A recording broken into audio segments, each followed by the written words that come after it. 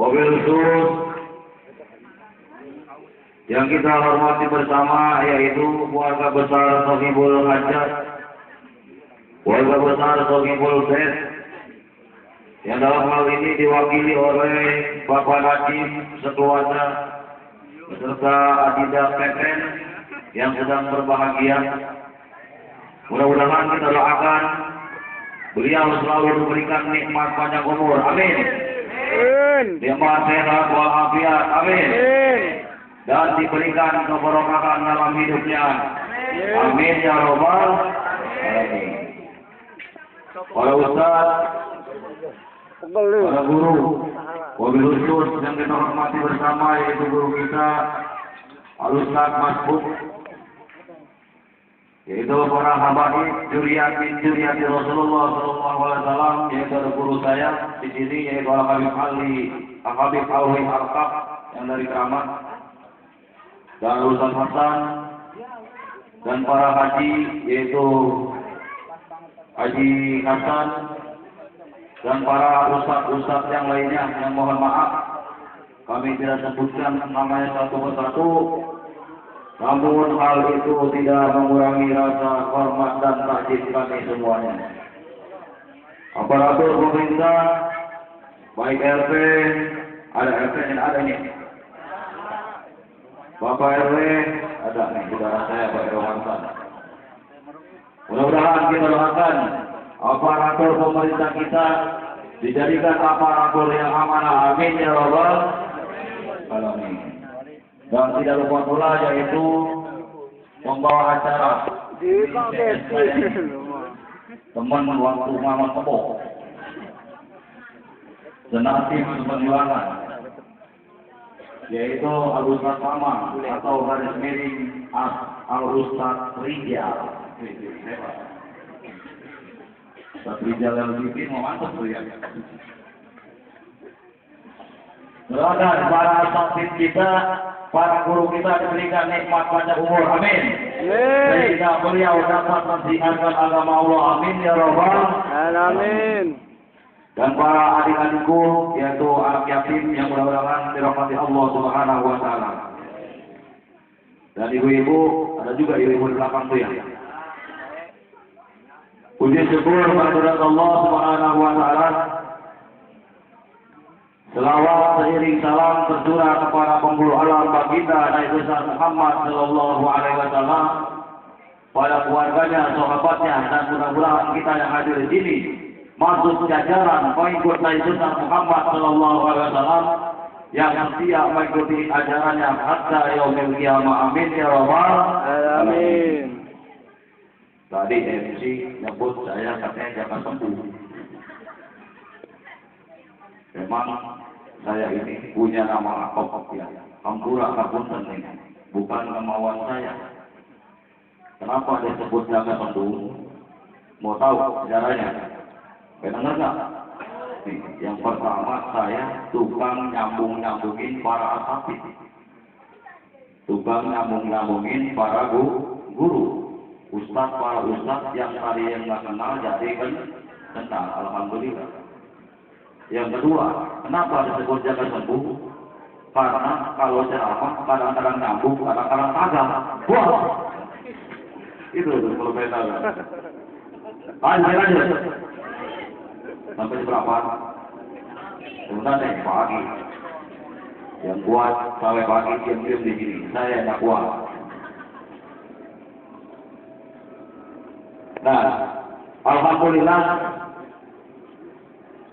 Di sini kita telah diundang oleh keluarga Sohibul Bed dalam rangka zikir dan acara santunan.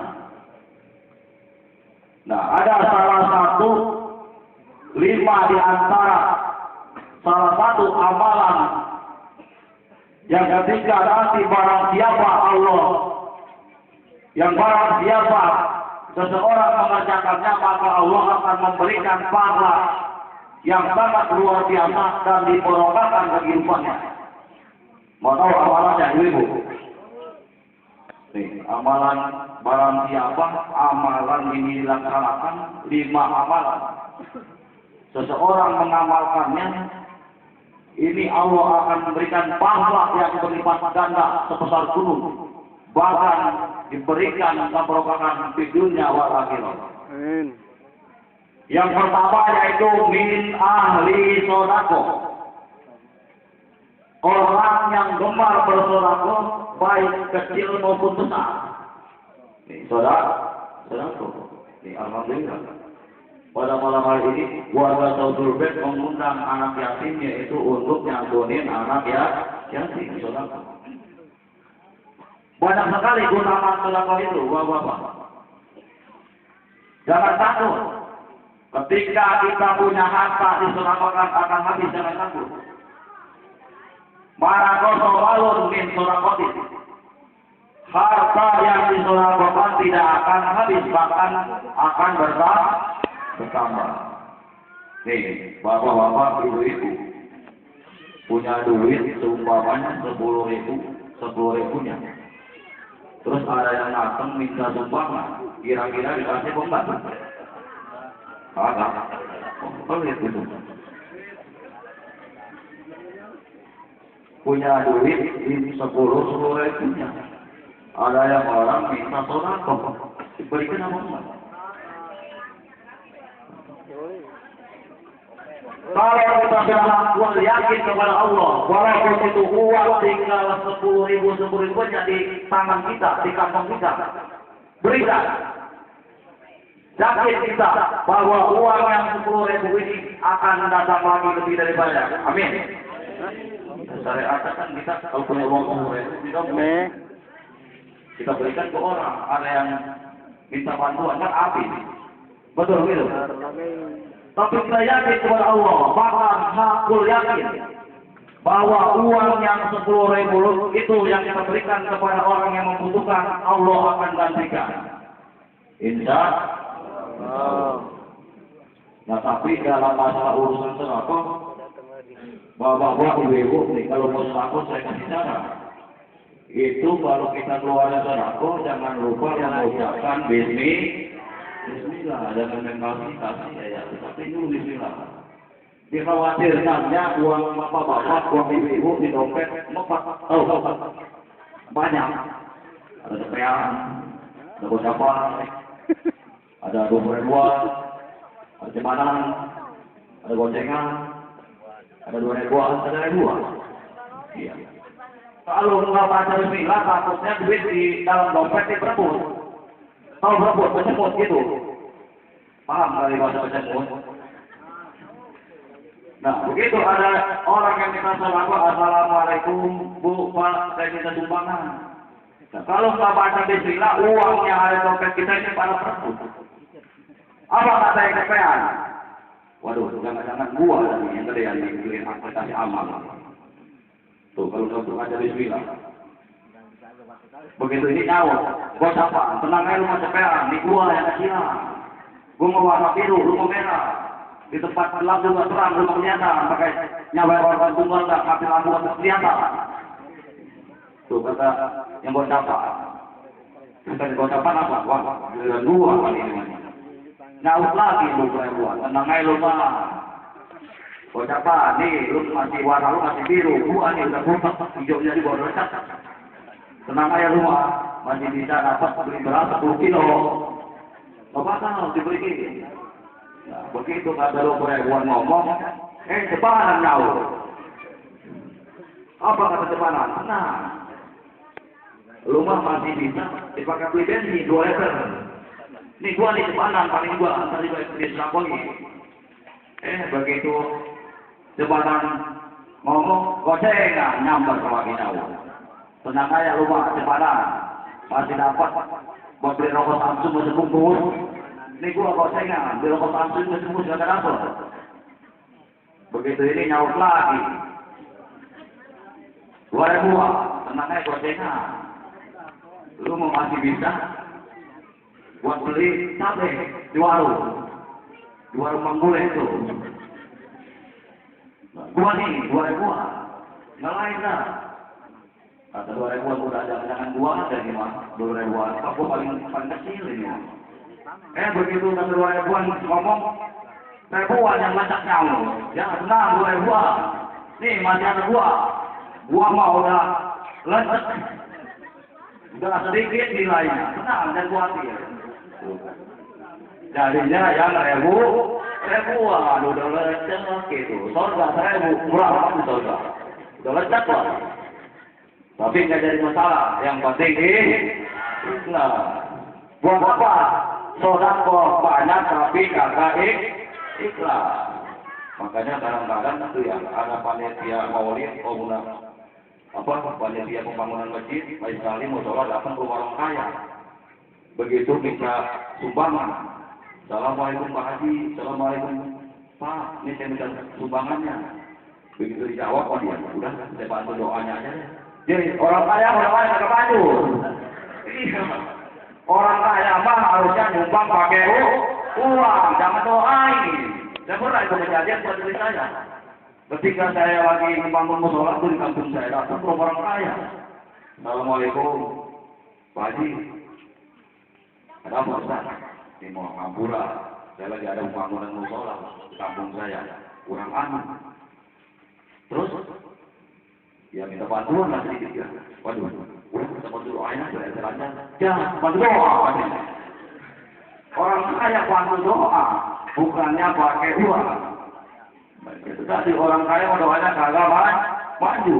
Sebab doa yang diterima ada 3. Yang pertama orang yang miskin, fakir, negeri. Terus kedua doanya anak ya, itu doa. Orang kaya mah mentok dulu, ikut kelapa. Itu sudah tuh, makanya kudu baca bismillah. Rata-rata emang orang kalau udah kaya sombong, ngomong serako. Harta semakin banyak, rupanya bukan semakin cukup, semakin berkurang, nggak cukupnya. Nih orang kaya, suka sombong, ketemu sama kita udah naik mobil, cuma ngelaporin, gitu doang. Iya. Langsung lagi, begitu doang dia. Kalau sekali mau mending, karena 2 kali. Jangan. Iya, kalau soalnya jelek 2 kali. Itu orang kaya tuh. Nih, ada ceritanya orang kaya sombong. Mau dapat cerita? Mau nggak? Ceritanya pada orang ini yaitu jaga tembus PS Dewi Samudra. Nih, ada orang kaya. Suami istri udah punya mobil. Ketika itu orang kaya lagi naik mobil, orang kaya punya mobil. Nah, begitu ada belokan, kata istrinya, Bang, belokan. Apa? Kata suaminya, dalam kayak ini. Diam kamu, saya lurus. Nah, akhirnya udah lurus saja. Begitu dipertinggal lagi. Lurus. Tujuannya tadi ngomongnya lurus, suaminya, istrinya ngikutin suaminya lurus. Bang, lurus. Dia kamu, saya mau belok.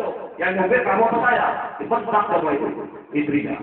Orang kaya sama istri sombong. Akhirnya ngancam istrinya nih, ntar lo di rumah, gua bayar lo. Ngancam istrinya nih. Begitu sampai di rumah pulang istrinya, dia masak sayur, dibanyakin garamnya. Garamnya. Darah tinggi ini maksudnya. Begitu dimakan sama suaminya, tidak jali. Asin.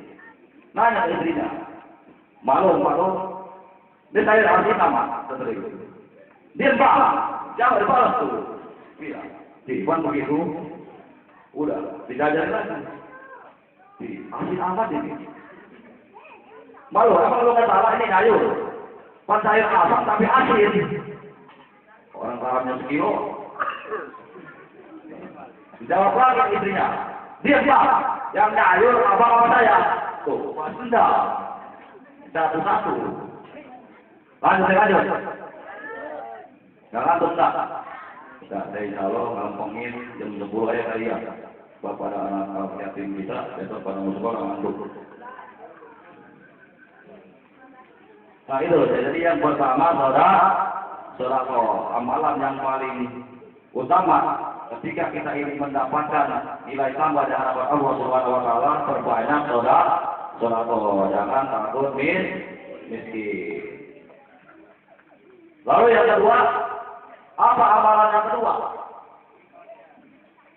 Yang barang siapa mengerjakannya, maka Allah akan memberikan pahala sebesar gunung dan diberikan keberkahan dalam hidupnya. Yang pertama yaitu zikirullah. Tuh, tadi yang dipandu oleh guru kita. Perbanyak zikir. Insya Allah orang kalau yang banyak zikir ada artinya. Nggak was-was, nggak kebingungan. Alladzina amanu ala dzikrillah tatma'innul qulub. Hati yang paling senang ialah hati yang selalu berzikir kepada Allah Subhanahu wa Ta'ala. Zikir, perbanyak zikir. Bahkan kita diperintahkan oleh Rasulullah SAW, la tanami hatta ta'malil arba'atu asya'a. Jangan tidur sebelum melaksanakan 4 perkara. Nih, kita diperintahkan oleh Rasulullah. Jangan tidur sebelum melaksanakan 4 perkara. Mau yang perkara? Ibu tahu? Mau nggak? Yang pertama, hatta tahtimil Quran. Jangan tidur sebelum menghatamkan Al-Quran. Sanggup sebelum menghatamkan Al-Quran, ibu? Apa? Karena paling Quran dibolak-balik, dibaca pertama, bolak-balik, kayak bolak-balik. Orang tak Quran. Cuma tapi Quran bukannya dibaca, bolak-balik. Tapi kata Rasulullah bisa. Apa kata Rasulullah? Barang siapa yang sebelum tidur membaca suratul Ikhlas sebanyak 3 kali, maka seolah-olah dia telah menghatamkan Al-Quran. Tuh, tadi dipandu oleh guru kita, baca guru sebanyak 3 kali, seolah-olah telah menghatamkan Al-Quran. Makanya kalau kita diundang ada acara selamatan, ada tahlilan, jangan malu. Enak kumpul-kumpul gini banyak manfaatnya. Di samping kita dapat silaturahmi, perut juga kan kenyang. Coba dulu mama, nggak ada semangat. Betul? Iya, kamu mau banyak semangat dong. Pakai duit. Ya di sini tinggal makan doang, gratis. Iya, kalau perlu bungkus sama piring-piringnya, kalau malu mah.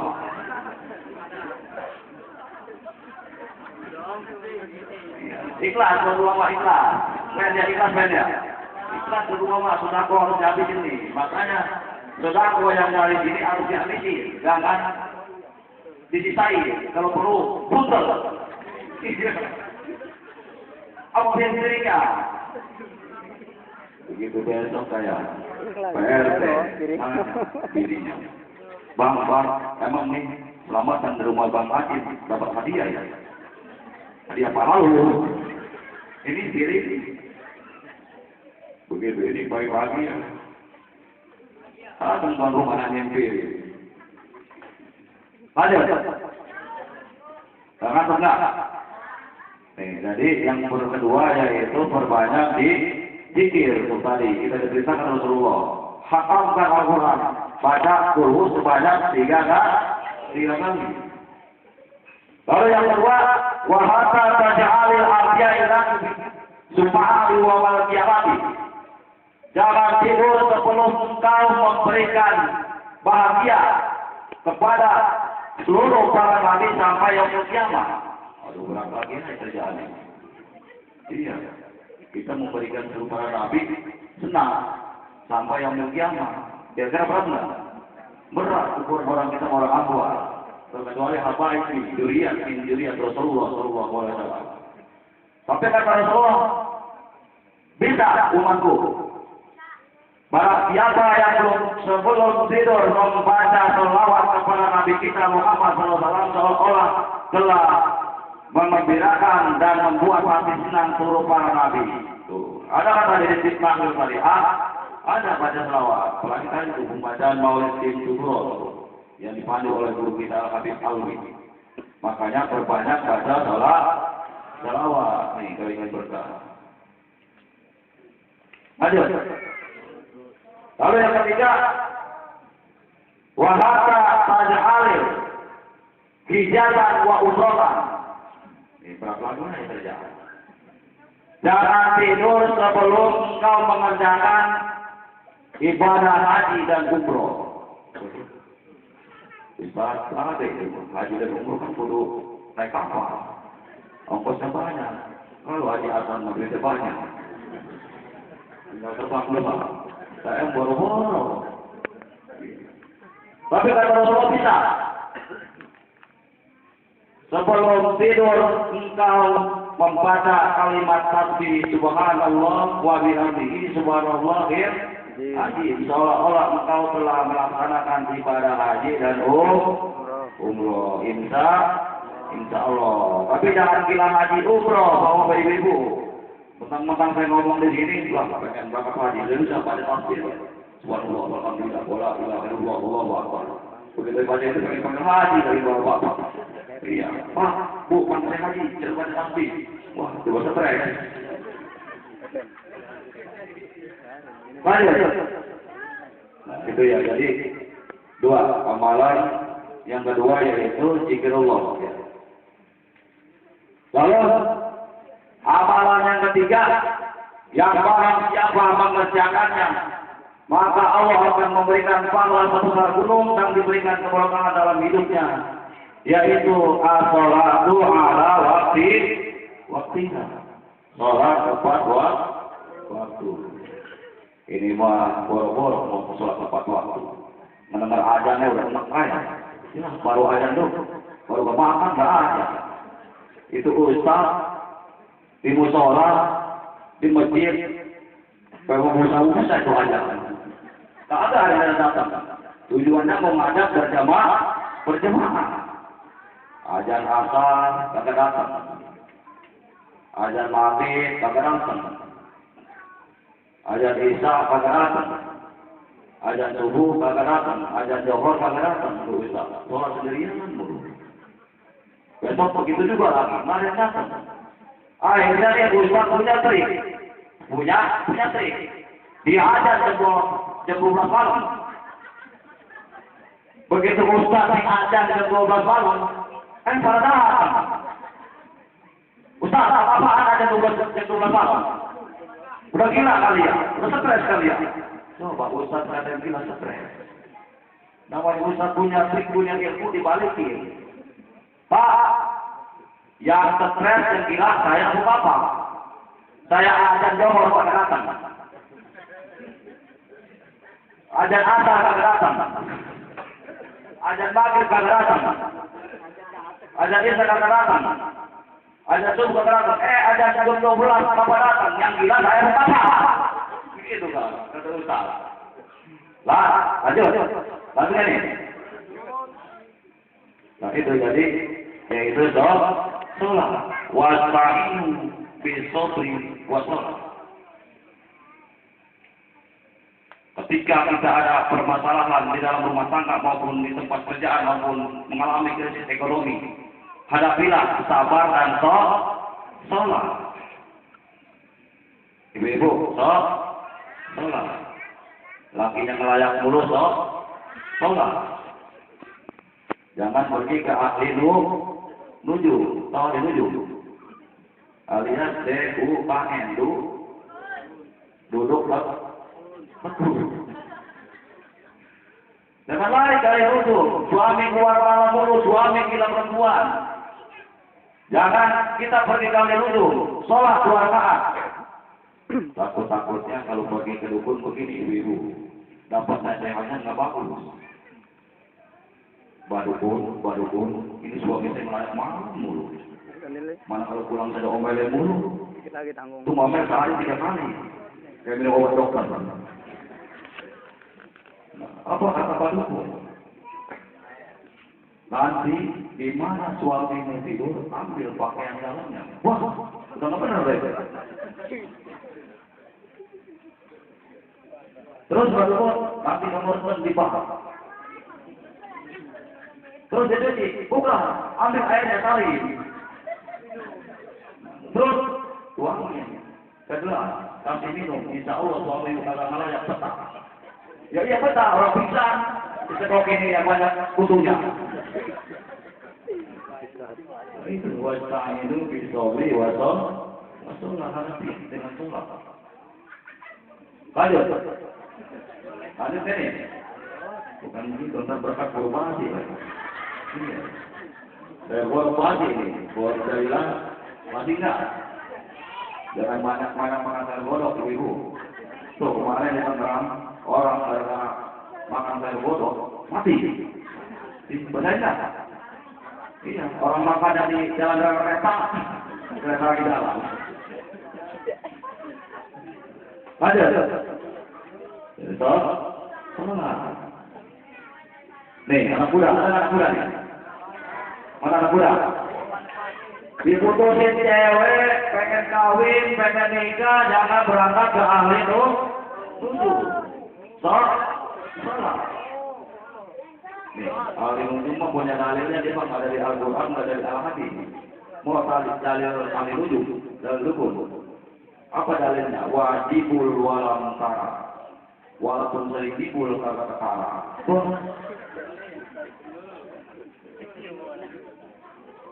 Sholat muda.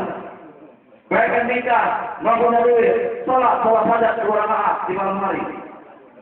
Sholat. Begitu sholat nih anak muda, berdoa, ya Allah. Kalau seumpamanya jodoh saya masih jauh deketin, ya Allah. Udah pakai bahasa kita ya?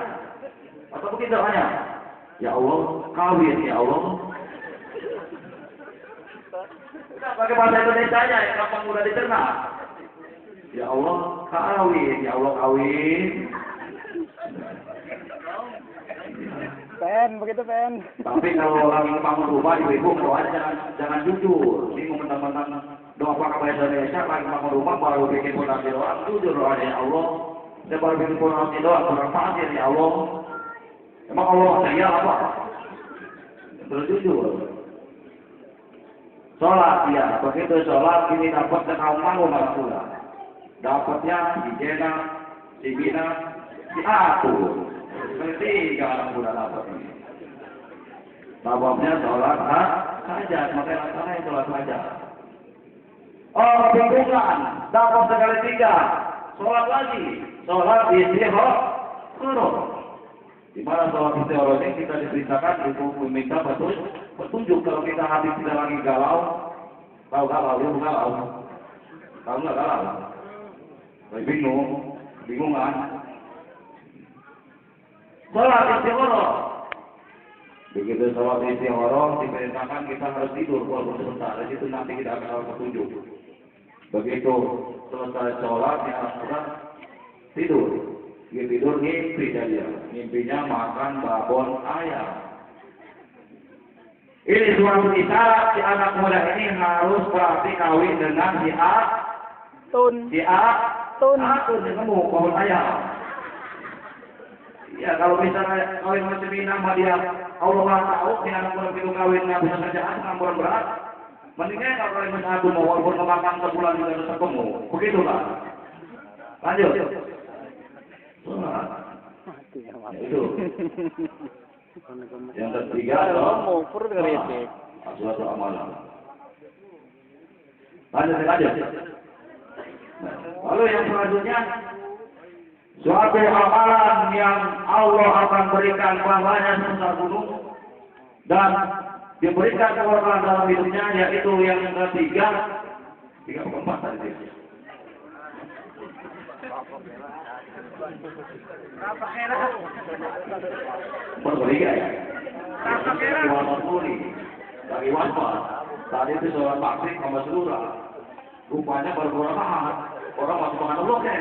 Parah. Dia mau pulang sama udah. Assalamualaikum warahmatullahi wabarakatuh. Jadi yang selanjutnya yaitu tasilu man qata'ata. Sambunglah tali silaturahim kepada orang yang memutuskan silaturahim. Bisa kita begitu? Ibu-ibu, bisa nggak? Orang memarahi kita, ibu-ibu datang keluar rumahnya, bisa nggak? Oh, enggak, apalagi ibu-ibu tuaan yang memarahi muda. Wah, tuaan mana yang buah? Lalu dia datang keluar rumah. Dia udah makan, gua udah makan sekarang, dia mau belum? Begitu kan kita kayak gini. Iya. Disambung silaturahmi kepada orang yang memutuskan silaturahmi. Ini suatu amalan yang nanti akan Allah berikan pahala yang besar gunung. Dari sambung itu silaturahmi sangat besar sekali. Sangat besar sekali pahalanya. Di samping memanjangkan umur kita, ini tambah rezeki. Ini kita datang ke sini silaturahmi kepada keluarga sebagai best kita diundang. Malaikat rahmat mematangkan sayapnya untuk orang yang bersilaturahmi. Amin ya rabbal alamin. Sehingga cerita yang terakhir, yang kelima, amalan yang Allah akan berikan pahala yang sebesar gunung dan dilipatkan pahalanya beserta ditambahkan keberkahan dalam hidupnya. Yang kelima yaitu birrul walidain, yaitu berbakti kepada kedua orang tua. Neng, orang tua jangan tanggung jawab ya. Ini mau orang tua manggil namanya harus sopan orang tua. Orang tua kita, apalagi ibu kita tuh mengandung dari 1 bulan sampai 9 bulan, nggak terbatas jasanya, bahkan nyawa, bahkan pertaruhannya. Orang tua kita, ibu kita, anak kita sampai ngidam-ngidam muntah-muntah, melihat nasi enak, melihat lauk muntah, melihat laki sewak dulu awalnya. Tapi kalau duit yang pernah, perempuan lagi dah. Dan pengen perempuan lagi dah, duit enak ya kalian. Ya apa ya? Iya, ini mau melihat laki sewak dulu. Kalau duit perkara, kalau dari biruan, supaya dia ambil. Lihat laki mau sewak, saya lagi tahu ini dah. Betul begitu, ibu. Sekali-kali ibu, kalau kita melihat duitnya enak, lakinya banyak duit itu jadinya. Lanjut. Tuh, biru ini. Kita harus berbakti kepada kedua orang tua. Orang tua, fatwanya harus kita turuti. Buka salah satu, yang namanya orang tua itu ada 3. Yang pertama orang tua yang pernah melahirkan kita, tentunya kedua orang tua kita. Ibu dan bapak kita, ini pun harus kita hormati, fatwanya harus kita turuti. Yang kedua adalah guru-guru kita, tentunya guru-guru kita yang telah mendidik agama kepada kita, yang mengajarkan kita, sehingga kita mengenal agama Allah, mengenal Al-Quran, mengenal baca Al-Quran, ini juga harus kita hormati. Dan yang ketiga, yaitu orang tua yang pernah melahirkan kekasih kita, tentunya kedua mertua kita. Ketiga orang tua ini jangan sampai hatinya tersakiti, jangan sampai hatinya ini bunga atau sakit dia sok ini. Sangat berbahaya, ibu-ibu.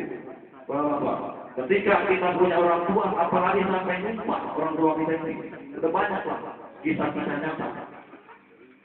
Kisah-kisahnya nyata ketika anak durhaka kepada orang tua. Nah itu jadi yang terakhir, birrul walidain, hormati orang tua. Mudah-mudahan kita diberikan taufik dan hidayah Allah Subhanahu wa taala sehingga kita bisa melaksanakan 5 amalan yang Allah perintahkan kepada kita, sehingga kita menjadi orang hamba yang bersyukur. Amin ya rabbal alamin. Mungkin itu saja rasa guru-guru saya kepada keluarga saya Bulbek, yaitu saudara Bapak Hakim dan Adik Bepen, yang benar datang dari Allah, yang salah dari saya pribadi. Akhirul kalam, wabillahi taufiq wal hidayah. Wassalamualaikum warahmatullahi wabarakatuh.